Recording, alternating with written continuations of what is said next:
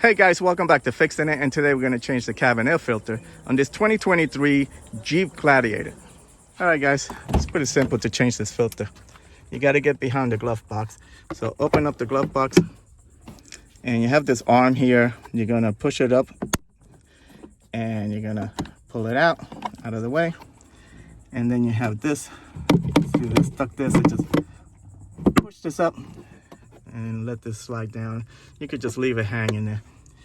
This is your filter right inside here. So take these tabs, squeeze them, and then you're gonna slide it over to your left. It has like a tab there. And that's your filter. You're gonna just pull it out. And that's what your filter looks like. This one's pretty filthy. So the main thing you have to pay attention to is these arrows. See these arrows? That's the airflow arrow, because the air comes down from the top and it goes down.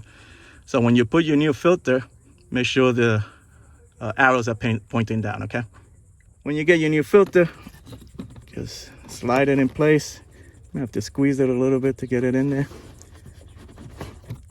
Just push it all the way in. Now make sure that this side is all the way in there, because you don't want it to get in the way of this tab when you go insert it. So you're gonna slide the tab in place. You're gonna feel it go in place and then push, and it clicks on here, okay? All right, guys, this is a filter you need. Next, you're just gonna take the glove box and push it back in place like that. And now you got this arm, you're gonna pull it out. See that thing? You're just gonna stick it in the hole and push down to click in place. And that's it, simple. So I hope this video helped you out. Like and subscribe. Talk to you guys later. Take care.